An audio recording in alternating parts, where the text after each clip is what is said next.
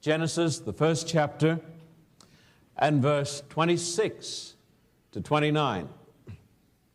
Then God said, "Let us make man in our image, according to our likeness." Verse 27, "So God created man in his own image. In the image of God he created him, male and female he created them." And verse 29, "And God said, See, I've given you every herb that yields seed, which is on the face of all the earth, and every tree whose fruit yields seed, to you it shall be for food." Please let me tell you something. Most of you, dear folks here, will know this. When God made our first parents and made them to live for eternity, God gave them a perfect diet.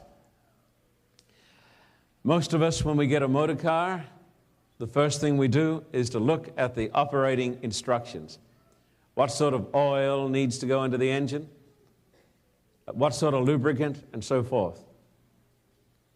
It is indeed a tragedy that most of us care more for the lubrication of an engine than for the proper care of the body and the soul. The Bible tells us that the great Creator God, in His infallibility, gave to the human race a perfect diet. It consisted of fruits and grains and nuts. Very simple diet, plain vegetarian diet. I'm going to suggest to you today that probably the main cause of cancer and heart disease and other debilitating diseases, the main cause is because most of us have departed from the Scriptures as far as the Word of God is concerned. When I was running a campaign some years ago in Africa, I went out into the African villages and I took particular note of their diet. It was a very different diet to mine. It consisted of whole grains. It consisted of rice and lots and lots and lots of green leafy stuff. I spoke to a doctor friend of mine who had labored there for years, and I said, "Dr. Don, tell me, because you were trained here in the States, you're a surgeon, tell me, how many cancers do you take out?" He said, "We rarely see a cancer in the village." He said, "A cancer is the sickness of the American, of the Australian. Cancer is the sickness of the Western world. We don't have it here." I said, "What about diabetes?" He said, "We don't see diabetes."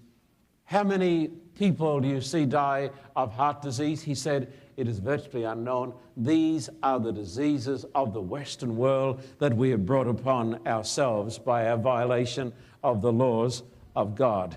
I have a statement here. Listen to it. "Disease is the retribution of outraged nature."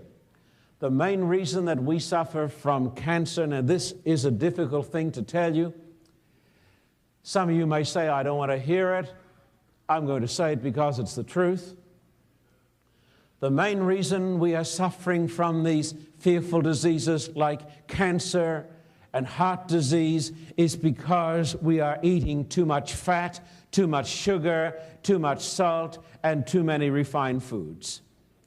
I want to read you from the book Live Longer Now by Leonard, Hofer, and Pritikin. "Much of what is being sold as food on your supermarket shelves is not really food at all. It's garbage. It's garbage handsomely packaged and labeled as food, but it's garbage all the same. Fat consumption in the United States of America runs around 42%. In the third world, between 10 and 20%. In 1982, the National Academy of Sciences put out a report entitled Diet, Nutrition, and Cancer. And one of the people who gave that report was a Dr. T.C. Campbell. He said, "The relationship between diet and cancer, in my opinion, is now more persuasively established than the one between diet and heart disease." And he was talking about our fatty diet. I had the privilege, now I know this goes against our grain. I know, and that was not meant to be a pun, I know that most of us are looking for a quick fix. I want to tell you folks, there's no quick fix. On occasions, people will come to me and they'll say, I'm suffering from an awful disease, will you pray for me? And I will always say yes. And I will pray that God will miraculously heal you. But what I'm going to tell you today is not what everybody may want to hear, but I'm going to say it. God does not normally heal in a split second. God normally heals by having me bring my life into harmony with the laws of the Creator God. I want to tell you the story of a person who became a friend of mine, Colonel James Irwin. One of the first men to walk on the moon. I've never been so upstaged in my life. I could give a talk in archaeology and say, well, here we are in Egypt. He came straight after me. He said, here am I on the moon. You know, it's hard to beat a show like that. And he showed us, you know, driving the lunar buggy and everything. He said, NASA gave them the very best food that the Americans could give to their astronauts. Great T-bone steaks, heaps of eggs. He said before they got into the space capsule, before they blasted off for the moon, they were fed huge steaks, smells good, tastes good, I know, because I used to eat it. Plenty of eggs, plenty of bacon. Coming back from the moon, he had a heart attack. When he got back to NASA, and you think they would know everything about it, they said, your cholesterol is 400, you're in a bad way, now we're going to put you on drugs. And they put him on drugs, and he had another heart attack. And then by the providence of God, Colonel James Irwin met a little Texas Adventist doctor, and he said to him, Jim, you're going to die unless you change your way of living. I want to say to every person listening here today and on television, don't turn it off because it may save your life.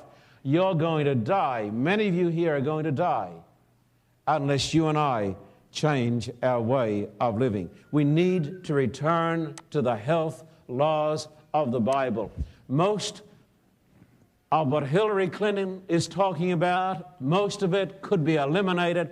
I thank God that she wants to reform the system. You may not like the Reformation, but I thank God that she wants to reform. But the Reformation is not going to be solved by more handouts from the federal government. It's not going to be solved by more hospitals, and it's not going to be solved by more drugs. It is going to be solved when people have the common sense to return to the health laws of the Bible.